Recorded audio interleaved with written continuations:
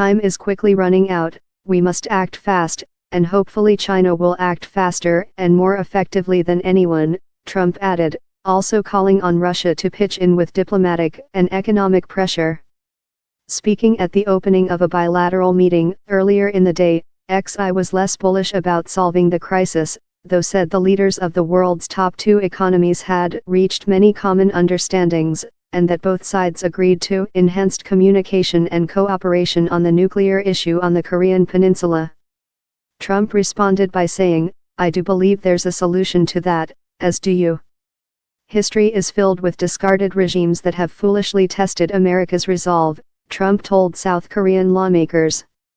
"But I don't blame China," Trump said Thursday. "After all, who can blame a country for taking advantage of another country for the benefit of its citizens?"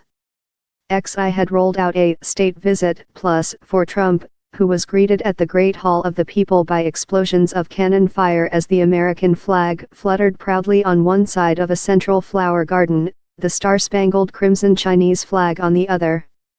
A line of officers in green, white and blue uniforms stood ramrod straight while the two leaders strolled past the People's Liberation Army band, playing "Stars and Stripes Forever," to greet a jumble of joyous school children.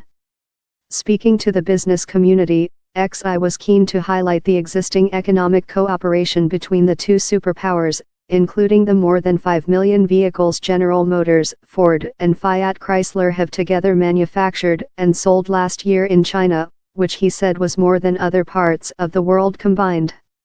He also said Chinese investment contributed 140,000 jobs in the U.S. over the same period. However, beyond the glitzy outpouring of cash at the ready, analysts doused cold water on suggestions that China was going to radically restructure its state-led economy to allow U.S. firms entry into closed markets. China's growth stands at a healthy but slowing 6.9%.